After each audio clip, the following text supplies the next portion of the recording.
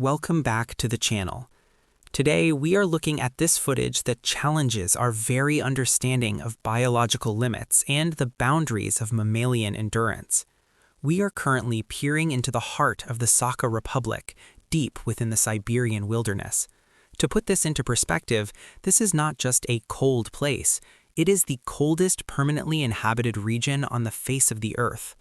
As we document the winter of 2026, the mercury has done something truly terrifying.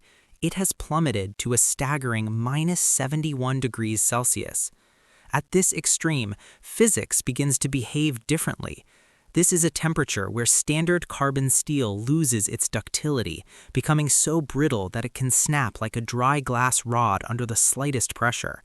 For a human being, the stakes are even higher. Exposed skin doesn't just get cold, it freezes solid in a matter of seconds, leading to irreversible tissue death before you can even register the pain.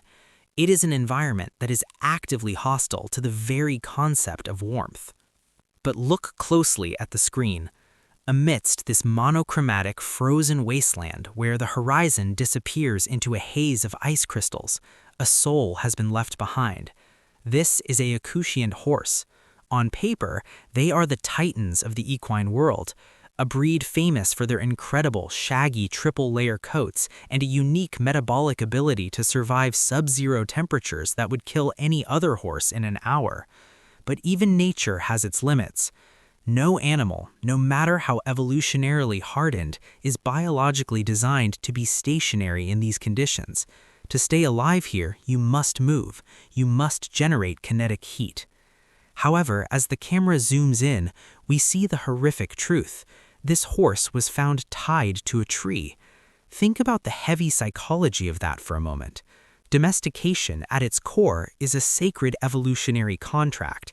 We, as humans, provide safety, food, and shelter. In return, they provide us with service, companionship, and strength. Here, in the middle of a Siberian whiteout, that ancient contract hasn't just been ignored, it has been brutally, almost calculatedly broken. As a director, I want you to look past the initial shock and notice what I call the verticality of despair in this specific shot. Look at the alignment of the spine. The horse's head is positioned significantly below its withers, dragging near the snow. In the field of equine behavioral science, this isn't just tiredness, this is a physiological state of shutdown. When a horse's brain realizes it can no longer execute its primary survival instincts to fight or to flee because of the unforgiving tension of that rope, it enters a state of profound clinical depression. It is a psychological collapse that precedes physical death. What you are seeing right now isn't just a horse standing still. It is the biological white flag being raised in the face of an infinite winter. Now, let's analyze the approach with a critical eye, because what looks like hesitation on screen is actually a sophisticated survival strategy. You might wonder, looking at these frames, why the rescuer is moving with such agonizing slowness. Why isn't he running? Why isn't there a sense of frantic urgency to reach the animal? The answer lies in the physics of the Siberian air. In -71 degrees, physical exertion is quite literally a death sentence for the lungs. When you run, your respiratory rate spikes, and you begin to gulp air. At this temperature, that air is a weapon. If you breathe too deeply, the extreme cold can trigger immediate cold-induced bronchoconstriction, a violent tightening of the airways. In the worst-case scenarios, the sheer thermal shock can begin to freeze the ambient moisture within your lung tissue, leading to pulmonary edema or internal hemorrhaging. Every movement the rescuer makes must be calculated, rhythmic, and dampened. He is managing his own internal furnace while trying to save another. As he finally reaches the horse, notice the placement of the rescuer's hands. He isn't reaching for the knife to cut the rope first, nor is he trying to pull the horse's head up. He is checking the eyes. This is a high-stakes diagnostic moment. He is looking to see if the pupillary reflex is still active. In the advanced stages of hypothermia, the autonomic nervous system begins to fail. If the eyes are fixed and dilated, it indicates that the brain has already begun the dark process of shutting down. The lights are on, but nobody is home. If the pupil still contracts or reacts to his touch, there is a bridge, a neurological spark that he can work with. Educational insight. In the standard animal rescue world, we often reference the 3-3-3 rule for transitions: 3 days of decompression, 3 weeks of learning routine, 3 months of feeling at home. But in the kill zone of the Siberian tundra, we operate by a much more brutal metric, the 3 pillars of survival. These are core temperature, hydration, and caloric reserve. As we scan the horse's condition, we see she has none of the 3. Her mane is heavy with what we call hoarfrost. This is a deceptive and deadly phenomenon. This isn't just fallen snow, it is the moisture from the horse's own breath and skin that is then sucked out and frozen instantly upon exit. This creates a crystalline, icy cage that clings to the hair follicles. Instead of the coat acting as a thermal insulator, the hoarfrost acts as a thermal bridge, conducting the sub-zero external temperature directly onto her skin, accelerating the freezing process from the outside in. This is the most dangerous part of the rescue. It sounds counterintuitive, doesn't it? You'd think warmth is the cure. But in the medical world, we call this the danger of reperfusion. When a mammal is this cold, the blood is concentrated in the core, the heart, the lungs, the brain. The limbs are essentially offline. If the rescuer were to apply high heat directly to the legs first, that cold, stagnant blood would rush back to the heart. This is called afterdrop. It can cause the heart to go into ventricular fibrillation. Watch the rescuer's technique. He is starting at the neck and the chest. He is warming the engine before he tries to move the wheels. He uses a mixture of lukewarm water and friction. Note the word lukewarm. If he used boiling water, the temperature shock would cause the skin to slough off, a horrific condition called thermal stripping. This process requires patience that most of us don't possess. He is fighting the clock, but he cannot rush the biology. There. Did you catch that subtle movement of the nostrils? That long, shuddering exhale is what we call a release in the world of professional equine bodywork. It is perhaps the most beautiful sound a rescuer can hear in a frozen wasteland. To the untrained ear, it's just a breath. To a behaviorist, it is a tectonic shift in the animal's internal landscape. This sigh indicates that the horse's nervous system is finally, tentatively, shifting its gears. She is moving out of the sympathetic nervous system, the high alert fight or flight state that has been keeping her heart pumping under extreme duress, and transitioning into the parasympathetic nervous system, often referred to as the rest and digest state. This transition is the first sign that the horse no longer perceives the environment or the human as an immediate lethal threat. But as we celebrate that breath, a darker problem reveals itself upon closer inspection. Look at the horse's muzzle and the rigid line of her mouth. Her jaw is completely locked. In medical terms, we are witnessing cold-induced tetany. Shivering is the body's natural defense mechanism, an involuntary muscle contraction designed to generate kinetic heat through friction. However, at -71 degrees Celsius, the body has been shivering for so long that the muscles have reached a point of total exhaustion and lactic acid buildup, causing them to seize into a permanent, painful contraction. The rescuer identifies this immediately and begins a firm but gentle massage of the masseter muscles, the powerful muscles that control the jaw. You might wonder why he's focusing on the face when the horse's legs are freezing, but this is a masterclass in triage. Why is this so critical? Because a horse that cannot move its jaw is a horse that cannot drink. Most people don't realize that dehydration in sub-zero temperatures is actually more lethal and often faster acting than the cold itself. Without adequate water intake, the horse's blood begins to lose its liquid volume, becoming dangerously viscous. Imagine the consistency of thick, cold molasses.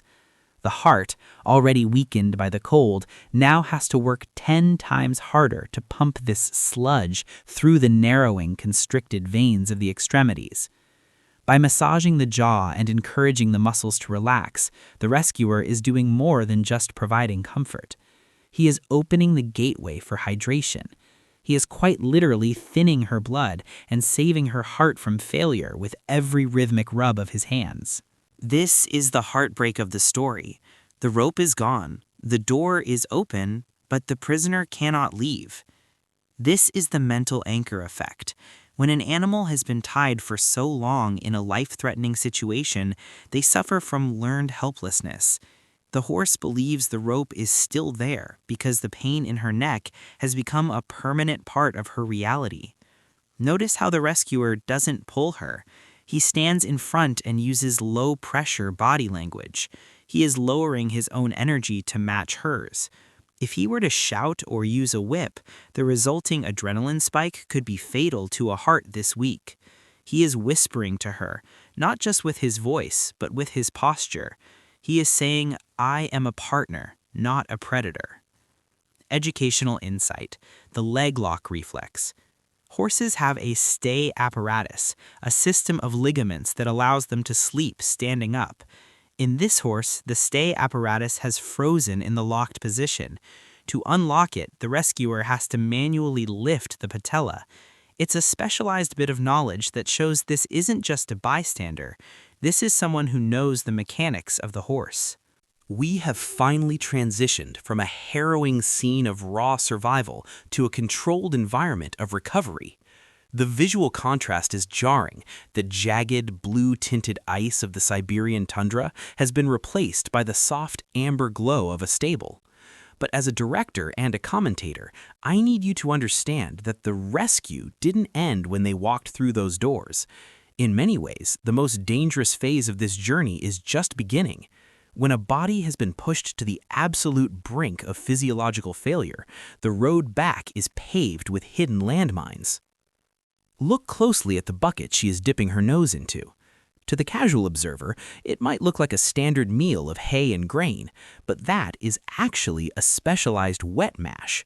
This is a critical tactical choice by the caregivers. In the aftermath of extreme prolonged cold, the horse's digestive system, specifically the complex hindgut, is in a state of high sensitivity. When the body is freezing, it shunts blood away from the digestive tract to protect the brain and heart. This means the gut lining has been semi-ischemic, deprived of oxygen for hours, if not days. If the rescuer were to give her a sudden intake of dry, coarse grain or heavy hay, her system wouldn't be able to process it.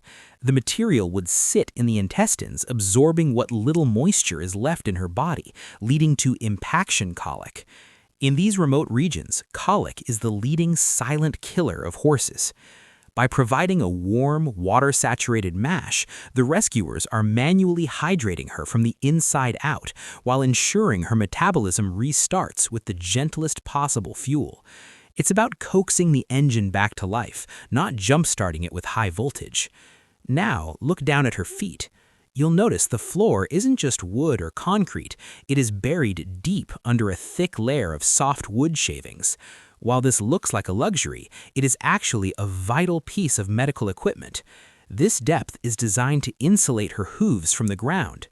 In equine anatomy, the hoof is often called the second heart. It is a complex, sensitive pump. Every time a horse takes a step, the frog of the hoof compresses, forcing blood back up the leg and toward the heart. If those hooves remain on a cold surface, the blood vessels in the laminae stay constricted, and that vital pump fails to function efficiently, leading to potential tissue death or a secondary condition called laminitis. By keeping the hooves insulated and warm, the rescuer is ensuring that her peripheral circulation remains stable, allowing the body to finally begin the long process of repairing the cellular damage caused by the frost. We look at this video and on the surface, we see a simple story of a horse being saved from the ice. But if we look deeper through the lens of this commentary, we see a much more profound narrative about the fragility of life and the immense weight of human responsibility. This animal was left to freeze at -71 degrees, a temperature so hostile that by all laws of nature, life should have ceased to exist. She was a frozen statue, a monument to neglect. Yet, through the meticulous application of biological science, the exercise of extreme patience, and the warmth of human empathy, that statue has been transformed back into a living, breathing, sentient creature. It is a reminder that while humanity has the capacity for unthinkable cruelty, we also possess the specialized knowledge and the heart to intervene in the natural order, to perform what can only be described as a miracle.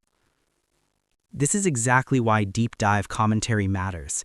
In the fast-paced world of 2026, it is incredibly easy to watch a 30-second clip, feel a momentary pang of sadness, and then scroll away. It is much harder and much more rewarding to sit with a video and seek to understand the complex biological and psychological battle being fought in every single frame.